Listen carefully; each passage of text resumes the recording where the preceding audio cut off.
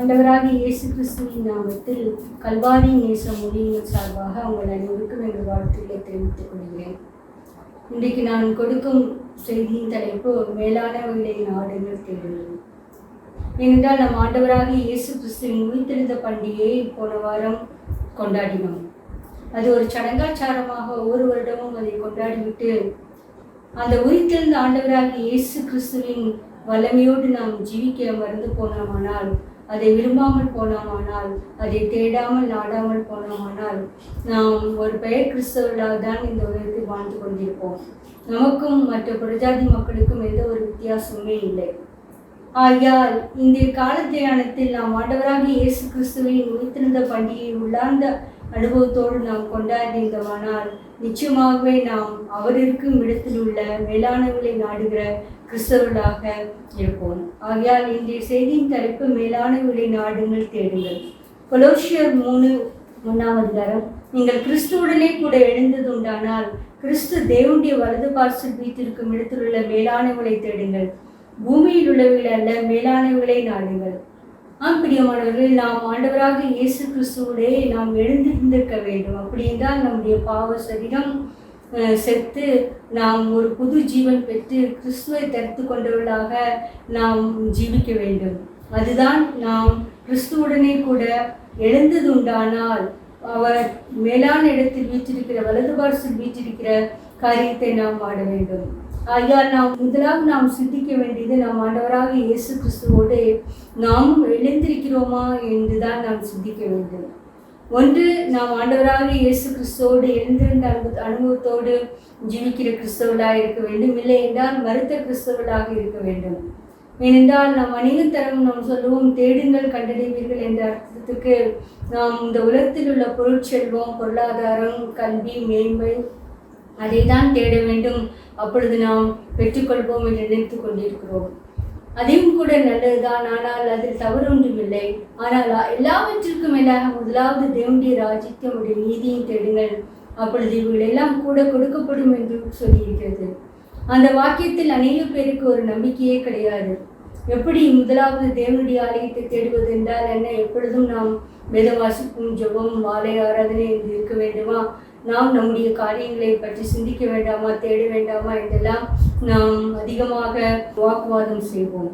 ஆனால் அது இல்லை. தேவனுக்கு பிரியமான காரியங்களை நடந்து கொள்வதில், அவருக்கு உள்ளார்ந்த ஆத்ம திருப்தி கொடுக்கிற காரியங்களில் நாம் நாட்டம் செலுத்தும் போது நிச்சயமாகவே நம்முடைய வாழ்க்கையில் எந்த குறைவும் தேவன் வைக்கவே மாட்டார். ஏனென்றால் நீங்கள் நினைத்து கொள்ள வேண்டும், கிறிஸ்துவுடனே எழுந்து உண்டால் கிறிஸ்து தேவனுடைய வலது பார்சத்தில் வீற்றிருக்கிறார். அப்படி என்றால் ஒரு உன்னதமான இடத்தில் அவர் உட்கார்ந்திருக்கிறார். தேவாதி தேவன் இந்த அண்ட சராசரங்களை படைத்தவர். இந்த பூமியும் இந்த பூமியில் உள்ள எல்லா மிருக ஜீவன்களையும், நம் மனிதர்களையும், பறவைகளையும், குரு பிராணிகளையும், மேலும் கடலையும், கடலில் உள்ள சமுத்திரத்தில் உள்ள ஆழமான உள்ள ஜீவ ஜந்துக்களை எல்லாம் அவர் படைத்தவர். இன்றும் சமுத்திரத்தை ஆராயர்கள் சொல்கிறார்கள், சமுத்திரத்தில் இமயமலை போன்று மலைகள் எல்லாம் இருக்கிறது, அதையெல்லாம் நாம் ஆராய முடியாது. சமுத்திரத்தின் ஆழத்தை இதுவரை யாருமே கண்டுபிடிக்கவே முடியவில்லை. அதேபோல்தான் பூமியின் நடு ஆழத்தையும் யாரும் சென்றடைய முடியாதபடி இருக்கிறது. ஆகையால் இத்தனை ஒரு பெரிய தேவனுடைய வலது பார்சல் வீட்டிருக்கிறார் நம் ஆண்டவராக இயேசு கிறிஸ்து. ஆகையால் நாம் நிச்சயமாகவே அவர் வீற்றிருந்தது போல மேலான காரியங்களை நாம் சிந்திக்க வேண்டும், யோசிக்க வேண்டும், நாட வேண்டும். அப்பொழுது நிச்சயமாகவே நாம் உள்ளான ஆவிக்குரிய மனதில் பலப்படுத்தும் மட்டுமல்ல, நாம் வெளியார்ந்த பிரகாரமும் ஆவிக்கின் உலக பிரகாரமான ஆசீர்வாதங்களிலும் நாம் நிச்சயமாக முன்னேற வேண்டும். நாம் நம்முடைய விசுவாசினின் தகப்பனாகிய ஆபிரகாமை நீங்கள் எடுத்துக் கொண்டிருந்தீர்கள் என்றால் அவருக்கு எல்லா செல்வச் செழிப்பும் இருந்தது. ஆனாலும் தேவன் அவரை அழைத்த பொழுது கீழ்ப்படிந்து அவர் காரானூருக்கு புறப்பட்டு வந்தார். அவர் தேவனுடைய அழைப்பு பெரிதானது என்று நினைத்து அவர் மேலானவர்களை நாடி வந்தார். ஆகையால் அவருடைய ஆசீர்வாதமான வாழ்க்கையை நீங்கள் பார்த்தீர்கள் என்றால் தேவன் கூறினது, உன் சந்ததிக்குள் பூமியில சந்ததியெல்லாம் ஆசீர்வதிக்கப்படும், உன் சந்ததியை வானத்து நட்சத்திரங்களை போல் பெருக பண்ணுவேன் என்பதுதான். இன்று கூட நாமும் யூத ஜனங்களும் கூட ஆபிரகாம் தான் நமக்கு பிதா என்று நாம் சொல்லிக்கொண்டே இருக்கிறோமா? பிரியமானவர்களே, நாம் ஆபிரகாமை போல ஒரு மேலான காரியத்தை வாஞ்சிக்கிற மக்களாக, மேலான காரியங்களை தேடுகிற மக்களாக இருக்க வேண்டும். அப்போஸ்தலனாகிய பவுலும் பார்த்தீர்கள் என்றால் அவரும் மெத்தப்படுத்தவர். அவர் தேவனுடைய அழைப்பு வந்த பொழுது அவருடைய எல்லா காரியத்தையும், தன்னுடைய பிறப்பின் பெருமை, தன்னுடைய யூதகுல பெருமை, பெஞ்சமின் கோத்திரத்து பெருமை, படித்த பெருமை எல்லாவற்றையும் விட்டுவிட்டு ஆண்டவராக இயேசு கிறிஸ்துவை வாழ்வை துச்சம் என்று அவர் பின்பற்றி சென்றார். இப்பொழுதும் கூட அப்போஸ்தலனாகிய பவுல் போற்றப்பட்டு கொண்டிருக்கிறார். ஏனென்றால் அவர் மூலம்தான் நாம் புதிய ஏற்பாட்டில் அநேக அத்தியாயங்களை நாம் பெற்றிருக்கிறோம். பிரியமானவர்களே, நாம் மேலானங்களை நாடுகிற பொழுது துன்பங்கள், துயரங்கள் வரும். ஆனால் ஆண்டவர் கைவிடவே மாட்டார். அவர் நமக்கு உறுதுணையாக இந்த வாழ்க்கை துணையில் வந்து கொண்டே இருப்பார். ஆகையால் நாம் கிறிஸ்து உயிர்த்தெழுந்தது போல் அவர் தேவாதி தேவன் வலது பாசில் வீற்றிருக்கிறது போல நாம் மேலான காரியங்களை நாம் நாட தேட வேண்டும். என்னென்ன காரியங்கள் நாம் தேட வேண்டும், நாட வேண்டும் என்பதை வேதாந்த அடிப்படையில் சற்று தியானிக்கலாம். முதலாவது, ஒருவனுக்கும் ஒருவன் நாம் தீமை செய்யக்கூடாது. ரோமர் 12:17 ஒருவனுக்கும் தீமைக்கு தீமை செய்யாதீர்கள், எல்லா மனுஷருக்கும் முன்பதாகவும் யோக்கியமானவர்களை செய்ய நாடுங்கள் என்று கூறுகிறார். பிரியமானவர்களே, நாம் நிச்சயமாகவே நாம் கடைபிடிக்க வேண்டிய காரியம், நாம் தீமைக்கு தீமை செய்யவே கூடாது. பொதுவாக ஒரு மனித இயல்பு, நமக்கு யாராவது ஒரு துன்பம் அடித்து விட்டால், நமக்கு பலம் இருக்கும் பொழுது, நமக்கு சக்தி இருக்கும் பொழுது நிச்சயமாகவே அந்த மனிதனை நாம் பழிவாங்குவோம். அதுதான் மனித இயல்பு. ஆனால் நம் ஆண்டவராக இயேசு கிறிஸ்து சிலுவையில் தொங்கின பொழுது உரைத்தது, பிதாவை இவர்களுக்கு மன்னியும், தாங்கள் செய்வது என்னதென்று அறியாதிருக்கிறார்கள். அப்படி ஒரு கொலை குற்றத்திற்கு உள்ளாக்கி சிலுவை மரத்தில் தூக்கி போட்ட ஜனங்களே தேவன் மன்னித்தார் என்றால், நாம் எம்மாத்திரம்? நமக்கும் கூட தீமை செய்கிறவர்களுக்கு தீமை செய்யாமல் நாம் மன்னிக்கும் சிந்தையை எல்லா மனிதருக்கும் முன்னதாக யோக்கியமானவர்களை செய்ய நாட வேண்டும். நாம் எப்பொழுது ஒரு யோக்கியமான மனிதன் என்று மற்றவர்களுக்கு முன்பாக அறிக்கப்பட வேண்டும் என்றால், முக்கியமாக நாம் தீமைக்கு தீமை செய்யவே கூடாது. ஆகையால் நாம் தீமைக்கு தீமை செய்ய வேண்டும் என்று நினைத்து கொண்டிருக்கும் பொழுது அந்த காரியத்தை குறித்தே நாம் சிந்தித்து கொண்டே இருப்போம். எப்படி இவர்களுக்கு தீமை செய்யலாம், எந்த விதத்தில் நாம் இடையூறு செய்யலாம், எப்படி இவர்கள் பேரை நாம் நாசப்படுத்தலாம் என்றெல்லாம் நாம் சிந்தித்து கொண்டே இருக்கும் பொழுது நிச்சயமாகவே நாம் தேவனுடைய காரியங்களில் நாட்டமே இருக்காது. நாம் யோக்கியமான காரியங்களை நாம் செய்ய முடியாது. ஆகையால் முதலாவது, ஒருவனுக்கும் தீமைக்கு தீமை செய்யாதிருங்கள், எல்லா மனுஷருக்கும் முன்பதாகவும் யோக்கியமானவர்களை செய்ய நாட வேண்டும். கிறிஸ்துவை போல் நாம் உயிர்த்தெழுந்தது உண்டானால் அவர் மேலான இடத்தில் வீற்றிருக்கிறது போல நாம் மேலான இடங்களில் இருக்கதை நாட வேண்டும். அது முதலாவது, நாம் மற்றவருக்கு தீமை செய்யக்கூடாது, நாம் யோக்கியமானவர்களை செய்ய நாட வேண்டும். தேவன் அதற்கு கிருபை செய்வாராக. இரண்டாவது, நாம் கர்த்தரை தினமும் சேர வேண்டும். சங்கீதம் 105:4 கர்த்தரையும் அவர் வல்லமையும் நாடுங்கள், அவர் சமூகத்தை நித்தமும் தேடுங்கள். நம் ஆண்டவராக இயேசு கிறிஸ்து நாம் சமூகத்தை நித்தமும் தேடுகிற மக்களாக இருக்கணும். அனுதினமும் வேதம் வாசித்து ஜபிக்கிற மக்களாக காணப்பட வேண்டும். இன்று அநேக காரியங்களில் இப்பொழுது ஐடி நிறுவனங்களில் பணிபுரிவோர் லேட் நைட்டாக அதிகமாக பணி செய்வதனால், லேட்டாக உறங்கச் செல்வதனால் காலையில் எழுந்திருத்து ஜப தியானம் எதுவுமே அவர்களால் செய்ய முடியவில்லை. ஆனாலும் அந்த வேலையின் செலுத்தின் கூடதாக அவர்கள் ஒரு தனியாக ஒரு நேரத்தை ஏற்படுத்தி கொண்டு தேவனோடு உறவாட, வேத வாசகங்களை வாசிக்க கிரமமாக ஏற்படுத்தி கொள்ள வேண்டும். ஏனென்றால் இப்பொழுது அவசர கதியில் காலண்டரில் என்ன வசனம் இருக்கிறது, இந்த நாளுக்குரிய என்ன வசனம், அதை மட்டும் படித்துவிட்டு தேவனை பாதுகாப்பார் என்றெல்லாம் நினைத்து கொண்டு அலட்சிய போக்குதான் காணப்படுகிறது. ஆனால் வேதாம் நம்மை எச்சரிக்கிறது, கர்த்தரையும் அவர் வல்லமையும் நாடுங்கள், அவர் சமூகத்தை நித்தமும் தேடுங்கள். தானியேலின் வாழ்க்கையை நீங்கள் எடுத்துக்கொண்டீர்களானால், அவர் பாபிலோன் மாகாணத்தில் தரியு ராஜாவின் ஒரு பெரிய அதிகாரியாக இருந்தாலும் அவர் அனுதினமும் 3 வேளையும் எருசலேமுக்கு நேராக பலகணிகள் திறந்திருக்க ஜெபம் பண்ணுவதை வழக்கமாக கொண்டிருந்தார். அந்த வழக்கத்தை அவர் மாற்றவே இல்லை. அவருக்கு எத்தனை பட்டம் பதவி உயர்வு வந்தாலும் அந்த வழக்கத்தை, ஆண்டவர் சமூகத்தை நித்தமும் தேடுகிற வழக்கத்தை, நாடுகிற வழக்கத்தை அவர் விட்டுவிடவே இல்லை. ஆனால் நமக்கு தெரியும் அதனால் அவருக்கு கிடைத்த பலன் என்பது. அவர் விரோதிகள் அவருக்கு விரோதமாக எழும்பி சிங்கக்கவியில் போட்டாலும் தேவன் சிங்கங்களின் வாய்களை எல்லாம் அடைத்து போட்டார். அந்த தரியு ராஜாவே அதிகமாக மனக்கலக்கமுட்டு, தானியேலே, இடைவிடாமல் ஆராதிக்கிற தேவனுடைய தாசனே, உன்னை சிங்கங்களின் வாயிலிருந்து தப்புவிக்க உன் தேவன் பெரியவராக இருந்தாரே என்று கூக்குரலிட்டு கேட்கிறார். ஆம் பிரியமானவர்களே, ஆம். அதற்கு தானியேல் சொன்னது, ஆம் ராஜாவே, அது என்னவென்றால் நாம் உனக்கு முன்பதாகவும் தேவனுக்கு முன்பதாகவும் நாம் குற்றமற்றனாக காணப்பட்டேன் என்பதுதான்.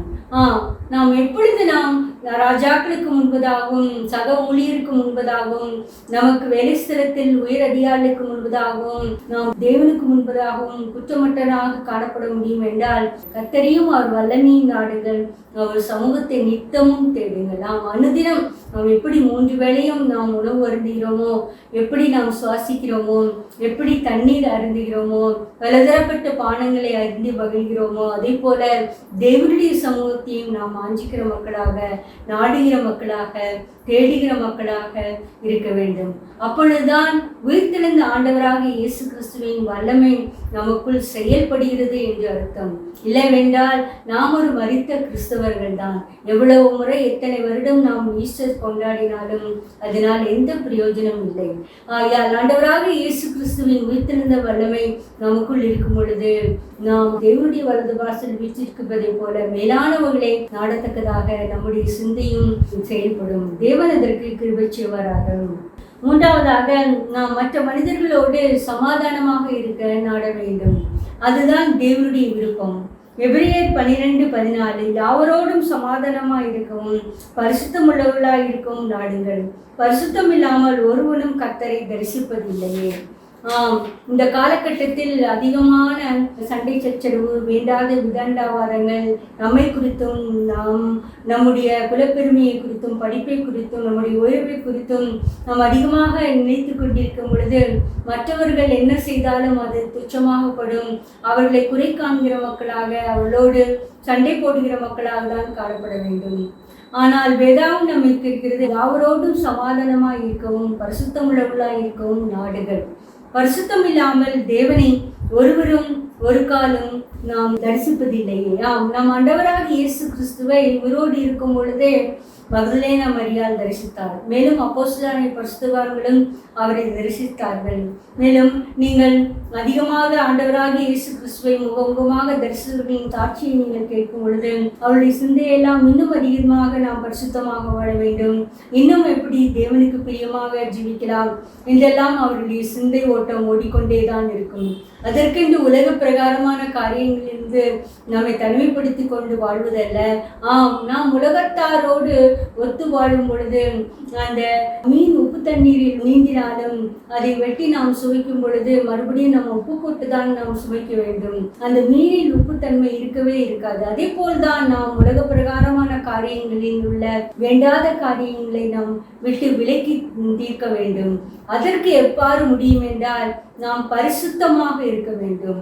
தேவனுடைய சமூகத்தை வாஞ்சிக்கிற மக்களாக, பரிசுத்தமாக வாழ்ந்து தேவனுடைய முகத்தை தரிசிக்கிற மக்களாக நாம் நாட வேண்டும். நாம் சிந்தையில் பரிசுத்தம், கண்களில் பரிசுத்தம், இருதய எண்ணங்களில் பரிசுத்தம் போன்ற எல்லா காரியங்களிலும் நாம் பரிசுத்தமாக வாழ முற்படும் பொழுது நிச்சயமாகவே நாம் உயிர்த்தெழுந்த ஆண்டவராக இயேசு கிறிஸ்துவின் வல்லமை நமக்குள் கிரியை செய்து கொண்டிருக்கிறது என்று அறியலாம்.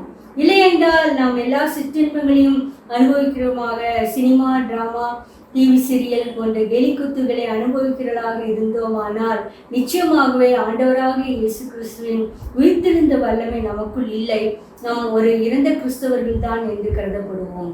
ஆகையால் நாம் யாரோடு சமாதானம் உள்ளவர்களாய் இருக்கவும் பரிசுத்தமாக இருக்கவும் நாடுவோம். அப்பொழுது நிச்சயமாகவே ஆண்டவராக இயேசு கிறிஸ்துவின் உயிர்த்தெழுந்த வல்லமை நமக்குள் கிரியை செய்வதால் நாம் அவர் இயேசு கிறிஸ்து வலது பார்சத்தில் தேவனுடைய வலது பார்சல் வீற்றிருக்கிறது போல நாமும் மேலான காரியங்களை நாம் தேடுகிற மக்களாக இருக்கும். இந்த உலகத்தில் நீங்கள் யாராவது ஒரு ஸ்டூடெண்ட்ஸ் பார்த்தீர்கள் என்றால் படிப்பிலோ எல்லாவற்றிலும் ஒரு மேலான காரியங்களை தான் நாடுவார்கள். ஏனென்றால் நீட் எக்ஸாமுக்கு ப்ரிப்பேர் பண்ணியவர்கள் அதிகமான கோச்சிங் கிளாஸ் ப்ரிப்பேர் பண்ணி ஐஏஎஸ் ப்ரிப்பேர் பண்ணுகிறவர்கள், ஐபிஎஸ் ப்ரிப்பேர், அதற்காக அவர்கள் மேலான காரியங்களை நாடுகிறபடியினால் அதற்காக அதே சிந்தையாக இருந்து பொழுது அது மற்ற சிந்தனையெல்லாம் தனக்குள் வரவிடாமல் அதிலே கவனம் செலுத்தி வெற்றி பெறுகிற மக்களாக நாம் காண்கிறோம். அதே போல்தான் நாம் தேவனுடைய காரியங்களில் நாம் பிரியமாக இருக்கும் பொழுது நிச்சயமாகவே நாம் பரிசுத்தத்தை நாடுகிற மக்களாக இருப்போம். அப்பொழுதுதான் நாம் மேலானவரை நாடுகிற மக்களாக நாம் காணப்படுவோம். நாம் யாவரோடும் சமாதானமாக இருக்க வேண்டும். ஒரு கிறிஸ்தவன் என்று பெயரை சொன்னால் நாம் மற்றவர்கள் குறை கூடக்கூடாது. அவள் ஒரு சண்டைக்காரன், எதற்கெடுத்தாலும் அதிக கோபம், மூர்க்கம் வரும், எரிந்து விழுவான், சண்டை போடுவான் என்றெல்லாம் அந்த ஒரு காரியம் நமக்குள் காணப்படவே கூடாது. அப்படி என்றால் நாம் இன்னும் ஆண்டவராக இயேசு கிறிஸ்துவின் உயிர்த்தெழுந்த வல்லமை நமக்குள் கிரியை செய்யவில்லை. ஆனால் இந்த செத்த கிரியைகள் தான் கிரியை செய்து கொண்டிருக்கிறது என்று அறிவோம். ஆகையால் நாம் ஜாக்கிரதையாக இருப்போம். பிரியமானவர்களே, நம்முடைய உணர்ச்சிகளிலும் சிந்தைகளிலும் நம்முடைய எண்ணங்களிலும் ஆண்டவராக இயேசு கிறிஸ்துவின் பரிசுத்தம் காணப்படத்தக்கதாக, மேலானவர்களை நாடத்தக்கதாக ஆண்டவர் கிருபை செய்வாராக. அடுத்தது ஆவிக்குரிய வரங்கள். நாம் ஒரு கிறிஸ்துவ ஜீவித்தில் நாம் பார்க்கும் பொழுது இந்த ஆவிக்குரிய அபிஷேகம் பெற்றவர்கள் அநேகர் ஆவிக்குரிய வரங்களை நாடுகிறவராக இருப்பார்கள். ஒரு வரம் இருந்தால் நன்றாக இருக்கும், அது மற்றவர்களுக்கு பிரயோஜனமாக இருக்கும் என்பதுதான்.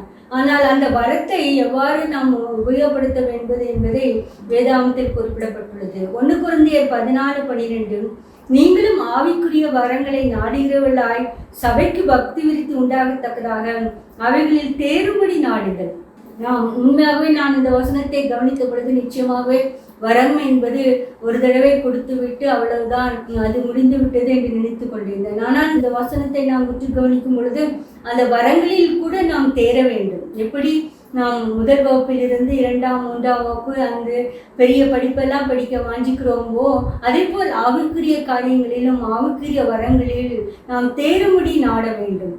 சபைக்கு பக்தி விருத்தி உண்டாக. இந்த அநேக கிறிஸ்தவர்கள் ஆவிக்குரிய வரங்களை பெற்றுவிட்டால் ஏதோ தங்களை ஒரு பெரிய போதகர்களாக பறைசாற்றி கொண்டு இருக்கிறார்கள். அவர்கள் நடத்துகிற கூட்டங்கள் எல்லாம் அவர்கள் பெற்றுள்ள ஆவிக்குரிய வரங்கள் தான் பிரதானமாக காணப்படும். அவர் எவ்வாறு ஆண்டவரை பிரசங்கிக்கிறார், தேவதயவு பெற்றிருக்கிறார் என்பதெல்லாம் இல்லை, எத்தனை வரங்களுடையவராக இருக்கிறார் என்பதுதான் பிரசித்தப்படுத்தப்படும். ஆனால் இங்கு வேதம் நம்ம எச்சரிக்கிறது, எல்லா வரங்களும் நாம் சபையின் பக்தி விருத்திக்கு எதுவாக நம்முடைய வரங்கள் மூலம் நாம் திருச்சபையினர் எப்படி பக்தி விருத்தி அடைகிறார்கள், சொந்து போன உள்ளங்களை நாம் தேற்றுகிற மக்களாக இருக்கிறோமா, ஆதரவற்ற நிலையில் உள்ளவர்களை நாம் ஆதரிக்கிற மக்களாக இருக்கிறோமா, மற்றவருடைய துன்பத்தில் நாம் பங்கு பெற விளைந்து அவருக்காக ஜெபிக்கிற கிறிஸ்தவர்களாக இருக்கிறோமா. அதுதான் பிரியமானவர்களே, சபைக்கு பக்தி விருத்தி உண்டாக்க ஆவிக்குரிய வரங்களில் தேர வேண்டும். நாம் அதிகமாக ஒரு தீர்க்க தரிசன வரத்தை பெற்று போயிருந்தால் அந்த தீர்க்க தரிசன வசனத்தில் ஆண்டவரோடு இணைந்து சென்று நாம் முதலாவது நாம் ஒரு சிறுகுட்ட மக்களுக்கு நாம் தீர்க்க தரிசன வரத்தை சொல்வோம். ஆனால் பிற்பாடு நாம் ஒரு பெரிய மனிதர்களுக்காகவும் தலைமைத்துவம் உள்ளவர்களுக்காகவும் நாம் தீர்க்க தரிசனம் சொல்லிகளாக மாற வேண்டும். அவர்கள் நம்மை நாடி வர வேண்டும். அதுதான் சபையில் நாம் வரத்தில் தேறுகிற மக்களாக காணப்படுகிறோம். அப்படி ஒரு ஸ்லாக்கியத்தை தேவன் கிறிஸ்து உயிர்த்தெழுந்ததினால் மேலானவளை விற்றிருக்கிறபடியினால் நாம் மேலானவளை நாட ஆண்டவர் கிருபை செய்வாராக. தேவனுடைய வலது பாய்ச்சல் ஆண்டவராக இயேசு கிறிஸ்து உன்னதமானவருடைய ஸ்தலத்தில் உட்கார்ந்திருக்கிறார். அவர் உன்னதமானவராக இருக்கிற போல நாமும் கூட நாம் அவருடைய சாக்கியத்தை பெற்றவர்களாக, அவர் எவ்வாறு வரங்களை பெற்றவராக அநேகருக்கு உதவிகரமாக இருந்தாரோ அதே போல் நாமும் கூட அந்த வரங்களில் தெரியினவராக அநேகருக்கு உதவியாக ஆண்டவராக இயேசு கிறிஸ்துவை போல் மாட நாம் நாட அந்த வரங்களின் வளர்ச்சியின் முதிர்ச்சியை நாட ஆண்டவர் கிருபை செய்வாராக. அடுத்ததாக நாம் தேவன் நம் சமீபத்தில் இருக்கிறவையில் அவரை தேட வேண்டும், கர்த்தரை தேட வேண்டும். நாம் எப்பொழுதும் ஆண்டவர் எவ்வளவோ காரியங்களை இந்த உலகத்தில் நாம் நாடி தேடிக்கொண்டே இருக்கிறோம். ஒரு பொருளாதார வசதி, இங்கு வேலை கிடைத்தால் நல்லது, முக்கியமாக கல்ஃப் கண்ட்ரீஸ்ல வேலை கிடைத்தால் நல்லது, நல்ல சம்பளம், நாம் இங்கு அதிகமான பொருள் செலவில் ஒரு வீடோ பெரிய காரியங்களை செய்து பிள்ளைகள் எல்லாம் வசதியாக இருப்பார்கள், மனைவி பிள்ளைகள் எல்லாம் அதிகமாக செழிப்பாக இருக்கலாம் என்றெல்லாம் நாம் நினைத்து அதிகமாக போராடுகிறோம். அது நல்லதுதான். ஆனால் சொல்லிடுது ஏசாயா 55:6 கர்த்தரை கண்டறியத்தக்க சமயத்தில் அவரை தேடுங்கள், அவர் சமீபமாய் இருக்கிறீர்கள், அவரை நோக்கி கூப்பிடுங்கள். பிரியமானவர்களே, நாம் தேவன் சமீபமாய் இருக்கிறவையில் அவரை நோக்கி கூப்பிட வேண்டும். நான் எப்பொழுது தேவன் சமீபமா இருக்கிறார் என்று நாம் அறிந்து கொள்ளுது, இந்த சமாதானமான காலங்கள் தான் தேவன் சமீபமா இருக்கிற காலங்கள். இன்றே ரட்சணையினால் என்று ஆண்டவர் கூறுகிறார். இங்கு பர்த்திமேயு என்று குருடன் ஆண்டவராக இயேசு கிறிஸ்து அந்த வழியருகே வருகிறார் என்று அணிந்து சலசலப்பை கேட்டு உணர்ந்த பிறகு, இயேசுவே தாவீதின் குமாரனே எனக்கு இறங்கும் என்று அதிக சத்தத்தோடு கூப்பிட்டான். கர்த்தரை தேடினான், கூப்பிட்டு தேடினான், கதறினான். ஆண்டவர் நின்று அவனை அருகே அழைத்து, என்ன செய்ய வேண்டும் என்று விரும்புகிறார் என்று கேட்டபொழுது, நான் பார்வடைய வேண்டும் என்று விரும்புகிறேன் என்று கூறினான். உடனே இயேசு அவனை தொட்டு சுகமாக்கினார். அவன் பார்வையடைந்து முதலாவது ஆண்டவராக இயேசு கிறிஸ்துவை தரிசித்து அவருக்கு பின் சென்றான். பிரியமானவர்களே, அன்று பர்த்திமேயு மட்டும் ஆண்டவர் அருகில் இருக்கும் பொழுது கதறாமல் இருந்திருந்தானால் அவன் பிறவி குருடனாகவே தான் இருந்திருக்க வேண்டும். அவனுடைய பெயர் வேதாந்தத்தில் இடம்பெற்றிருக்கவே இராது. ஆகையால் நாமும் கூட நம்முடைய நாமங்கள் ஜீவ புஸ்தகத்தில் எழுதப்பட வேண்டும் என்றால், இந்த பர்த்திமேயின் பெயர் வேத புஸ்தகத்தில் காணப்படுவது போல நம்முடைய நாமங்களும் ஜீவ புஸ்தகத்தில் காணப்பட வேண்டும் என்றால், கர்த்தரை கண்டடைத்தக்க சமயத்தில் அவரை தேட வேண்டும். அவரை சமயமாய் இருக்கிற நேரத்தில் கூப்பிட வேண்டும். இப்பொழுதுதான் ஏதோ நாம் வேலையெல்லாம் முடித்து ரிட்டையர் ஆன பிறகு நாம் ஆண்டவரை தேடுவோம். இப்பொழுது வேலை அதிகமாக இருக்கிறது, தேட சமயம் இல்லை என்றால், நாம் ஆண்டவரை தேடும் பொழுது அவரும் எனக்கு உன்னிடம் அளவலாக பேச சமயமில்லை என்று சொல்லிவிடுவார். பிரியமானவர்களே, நாம் எப்படி ஆண்டவரை நாம் கையாளுகிறோமோ, அவரை எவ்வளவு நேசித்து அவரோடு நெருங்கி ஜீவிக்கிறோமோ, அந்த அளவுக்கு தான் தேவனும் நாம் கூப்பிடும் பொழுது நமக்கு உதவி செய்வார். ஆகையால் இந்த வசனத்தின்படி தேவன் கண்டடிக்கும் சமயத்தில் தேவனை தேடத்தக்கதாக ஆண்டவர் கிருபை செய்வாராக. அவர் சமீபமாக இருக்கத்தில் அவரை நாடத்தக்கதாக ஆண்டவர் கிருபை செய்வாராக. ஏனோதானவென்று காலத்தை பொழுதுபோக்கி கழித்துவிட்டு கடைசியில் முடியாமல் இருக்கும் பொழுது ஆண்டவரை தேடலாம் என்று நினைக்கும் பொழுது ஒன்றுமே செய்ய முடியாது. பிரியமானவர்களே, ஆகையால் இன்றே ரட்சணையினால் இப்பொழுதே தேவனை நோக்கி நாம் கதறுவோம். அடுத்ததாக நாம் நன்மையை தேட வேண்டும். இந்த உலகத்தில் நாம் வசிக்கும் அளவுக்கும் மற்றவர்களுக்கு நாம் நன்மை செய்கிறவர்களாக தான் செய்ய வேண்டும். ஆண்டவராக இயேசு கிறிஸ்து நன்மை செய்கிறவர்களாக தான் சுற்றி திறந்தார். ஆமோஸ் 5:16, நீங்கள் பிழைக்கும்படிக்கு தீமையை அல்ல நன்மையை தேடுங்கள், அப்பொழுது நீங்கள் சொல்லுகிறபடியே சேனைகளின் தேவனாய கர்த்தர் உங்களோட கூட இருப்பார். நாம் பிழைத்திருக்கும்படி, நாம் உயிரோடு இருக்கும் பொழுது, நாம் உயிரோடு இருந்து சாகாமல் பிழைத்திருக்கும் பொழுது எந்த நோய் நொடியும் நம்மை அண்டாமல் ஆஸ்பத்திரியில் சென்று வீண் பண செலவு செய்யாதபடி இருக்கும்படி நாம் நன்மை செய்ய வேண்டும். அநேகருக்கு என்னென்ன காரியங்கள் நம்மால் முடியுமோ அதையெல்லாம் நன்மை செய்ய வேண்டும். ஏதோ எனக்கு அதிலெல்லாம் பற்றி இல்லை, அதை பற்றி எனக்கு என்ன காரியம், அதற்கு தகுந்தவர்கள் இருக்கிறார்கள், அவர்கள் செய்ய மட்டும் என்று நாம் நன்மை செய்யாமல் வாழா இருப்போம் என்றால் தேவன் நம்மோடு கூட இருக்க மாட்டார். நாம் வாழ்ந்து சுகிழ்த்திருக்க முடியாது. ஆகையால் தான் தேவன் கூறுகிறார், நீங்கள் பிழைக்கும்படிக்கு நீங்கள் நன்மையை தேடுங்கள், அப்பொழுது சேனைகளின் தேவனாய கர்த்தர் உன்னோடு இருப்பார். சேனைகளின் கர்த்தர் நம்மோடு இருக்கும் பொழுது நமக்கு என்ன பயம்? பிரியமானவர்களே, தாவீது ராஜாவின் வாழ்க்கையில் அதுதான் நடந்தது. அவர் அதிகமான நன்மை செய்தார். தனக்கு விரோதமாக இருந்த சவுல் ராஜா கூட ஒரு முறை அவரும் அவருடைய சேனைகளும் தூங்கி கொண்டிருக்கும் பொழுது தாவீதும் அவருடைய மனிதர்களும் வந்து சவுல் ராஜாவின் தலைமாட்டில் உள்ள செம்பையும் அந்த ஈட்டியையும் எடுத்து கொண்டு போய்விட்டார்கள். மற்றவர்கள் தாவீதுக்கு ஆலோசனை கூறினார்கள், ஒரே குத்தாக குத்தி கொண்டு போட வேண்டும், இல்லை இல்லை நான் அபிஷேகம் பண்ணிடும் மேல் நான் கையை போட மாட்டேன் என்று கூறினார். அது அவர் செய்த தீமைக்கு பதிலாக நன்மைதான் செய்தார். இதை சவுல் ராஜா அறிந்த பொழுது இவ்வாறு கூறுகிறார். 1 சாமுவேல் 24:19, ஒருவன் தன் மாற்றானை கண்டுபிடித்தால் அவனை சுகமே போக விடுவானோ, இது நீ எனக்கு செய்த நன்மைக்காக கர்த்தர் உனக்கு நன்மை செய்வாராக. பிரியமானவர்களை பாருங்கள், ஒரு விரோதி, ஜென்ம விரோதி, மாற்றான் என்றால் இங்கு ஒரு விரோதி என்று பெயர். அந்த காலத்தில் எல்லாம் ராஜாக்கள் ஆளுகிற காலத்தில் யார் தங்களுக்கு விரோதி என்று நினைத்தார்களோ அவர்கள் தம் எதிரில் வந்துவிட்டால், அதுவும் அவர்கள் பட்டையும் இல்லாமல் இருந்தால் உடனே குத்தி கொண்டு போடு விடார்கள். அது தவறாக எண்ணாது. ஆனால் அந்த காரியத்தை தாவீது ராஜா செய்யவே இல்லை. அதைதான் சவுல் ராஜா கூறுகிறார், மாற்றானை கண்டுபிடித்தால் கொல்லாமல் விடுவானோ, நீ எனக்கு நன்மை செய்தபடியால் தேவன் உனக்கு நன்மை செய்கிறார். பிரியமானவர்களை, நாமும் கூட நம்முடைய வெறுக்கிறவர்கள் மத்தியிலும் கூட இருந்து இந்த இப்படிப்பட்ட ஒரு ஆசீர்வாதமான வார்த்தைகளை பெறத்தக்கதாக நாம் நன்மை செய்ய நாடுகிறவர்களாக இருப்போம். கடைசியாக நாம் கோபத்தின் நாளிலே மறைக்கப்பட வேண்டும். தேவனுடைய கோபாக்கனின் நாள் என்று வருமோ என்று நமக்கு தெரியாது. நாம் அந்த காரியத்தில் மறைக்கப்படத்தக்கதாக நாம் தேட வேண்டும், நாட வேண்டும். செப்பனியா 2:3 தேசத்துள்ள எல்லா சிறுமையானவர்களே, கர்த்தருடைய நியாயத்தை நடப்பிக்கிறவர்களே, அவரை தேடுங்கள், நீதியை தேடுங்கள், மனத்தாண்மையை தேடுங்கள், அப்பொழுது ஒருவேளை கர்த்தருடைய கோபத்தின் நாளிலே மறைக்கப்படுவீர்கள். தேசத்துள்ள சிறுமியானவர்களா என்றால் நாம் தான் சிறுமைப்பட்டவர்கள், சிறுமியானவர்கள், சிறு கூட்ட மக்கள். நாம் இந்த சிறு கூட்ட மக்கள் என்ன செய்ய வேண்டும் என்று தேவன் சொல்கிறார்? நீங்கள் ஆண்டவரை தேட வேண்டும், நீதியை தேட வேண்டும், மனத்தாழ்மையை தேட வேண்டும். அப்பொழுது கோபத்தின் நாளிலே நாம் மறைக்கப்படுவோம். முக்கியமாக ஆண்டவராக இயேசு கிறிஸ்துவின் உயிர்த்த வல்லமை நமக்குள் கிரியை செய்ய வேண்டும் என்றால் நாம் அதிக மனத்தாண்மை உள்ளவர்களாக நாம் காணப்படுவோம். ஆண்டவராக இயேசு கிறிஸ்து தேவனோடு சரிசமமாய் இருப்பதை கொள்ளையாடின பொருளாக இல்லாமல் அவர் மனுஷ ரூபமாகி அடிமையின் ரூபம் எடுத்து மரணபரியந்தம் தம்மை தாழ்த்தினார். அத்தகைய ஒரு தாழ்மையை நாம் நாடி தேடும் பொழுதுதான் நிச்சயமாக தேவாதி தேவனின் கோபாக்கனை நாளிலிருந்து நாம் மறைக்கப்படுவோம். அந்த கோபாக்கனை நாள் ஏதோ உலகம் அழிந்துவிடும் கடைசி நாள் என்று நாம் நினைத்து பாலா இருக்க வேண்டாம். ஏனென்றால் அந்த கோபாக்கனை நாள் எப்படி வேண்டாலும் வரலாம். ஒரு ஆக்சிடென்ட் மூலமாக வரலாம், ஒரு நோய் நொடியின் மூலமாக வரலாம், இல்லை ஏதாவது ஒரு வேண்டாத விபத்தின் மூலமாக கூட வரலாம். ஆகையால் அப்படிப்பட்ட வேண்டாத காரியங்களில் இருந்து நாம் மறைக்கப்படுத்தக்கதாக தேவனை நாட வேண்டும், நீதியை நாட வேண்டும், மனத்தாழ்மையை நாட வேண்டும். அப்பொழுது ஆண்டவராக இயேசு கிறிஸ்து மேலான காரியங்களில் தேவனுடைய வரது பாசு வீச்சிருக்கிறது போல நாமும் கூட ஆண்டவராக இயேசு கிறிஸ்துவோடு உயிர்த்தெழுந்தோமானால் இப்படிப்பட்ட காரியங்களை தேடுகிற நாடுகிற கிறிஸ்தவர்களாக இருப்போம். தேவன் அதற்கு கிருபை செய்வாராக. ஜெபம்.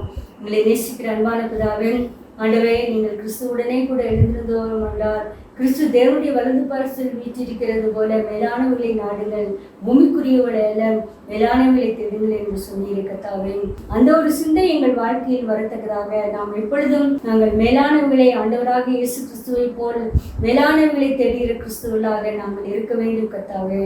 கர்த்தரை கண்டடைய சக்க சமயத்தில் நாங்கள் உம்மை தேட வேண்டும் கர்த்தாவே. பர்த்திமேயு குருடன் நீர் சமீபமா இருக்கிறீர்கள், உம்மை கூப்பிட்டு சுகத்தை பெற்றுக்கொண்டான். அதே போல் நாங்கள் இதே ரட்சணிய நாள் இந்த நாளிலே உம்மை நோக்கி கூப்பிட்டு உம்மை அண்டை கெட்டி சேர்ந்து உம்மண்டை வந்து நாங்கள் சேர்ந்து கொள்ள கிருபை செய்ய வேண்டும் என்கின்றோம். நன்மையை செய்ய வேண்டும் கர்த்தாவே. ஆண்டவரை யாவரோடு சமாதானமாக இருக்கும், பரிசுத்தம் உள்ளவர்களாக இருக்கும் நாங்கள் நாட வேண்டும் கர்த்தாவே. ஆண்டவரை நாங்கள் நீதியை செய்ய வேண்டும், மனத்தாழ்மையை பெற்றுக்கொள்ள வேண்டும் கர்த்தாவே. எங்களுக்கு கிருபை செய்ய வேண்டும் என்று கெஞ்சுகிறோம். இந்த உலக பிரகாரமான காரியங்களை மட்டும் நாங்கள் நாடி தேடாமல் தேவ ராஜ்யத்துக்குரிய காரியங்களை குறித்தும் மேம்பட்ட காரியங்களை குறித்தும் நாங்கள் நாட தேட கர்த்தருடைய சமூகத்தை நித்தமும் தேடுங்கள், அவருடைய வல்லமையை நித்தமும் நாடுங்கள் என்று சொன்ன பிரகாரம் தானியேலை போல உம்முடைய சமூகத்தை நித்தமும் நாட வாஞ்சிக்க உம்மோடு உறவாட எங்களுக்கு கிருபை செய்ய வேண்டும் என்று கெஞ்சுகிறோம். நாம் ஒரு மேலான கிறிஸ்தவர்களாக இருக்க நீர் தேவனுடைய வரது பாசு விற்றிருக்கிறது போல நாங்களும் மேலானவர்களை நாட தேட எங்களுக்கு கிருபை செய்ய வேண்டும் என்று கெஞ்சுகிறோம். இதை கேட்டுக்கொண்டோடு கிறிஸ்தவர் மனதிலும் இந்த உண்மை ஆண்டவரை கிரியை செய்ய வேண்டும் என்று கெஞ்சுகிறோம். எல்லா துதிகன மகிமையும் உமக்கே செலுத்துகிறோம். இயேசு கிறிஸ்து மூலம் வேண்டிக் கொள்கிறோம் பிதாவே. ஆமென்.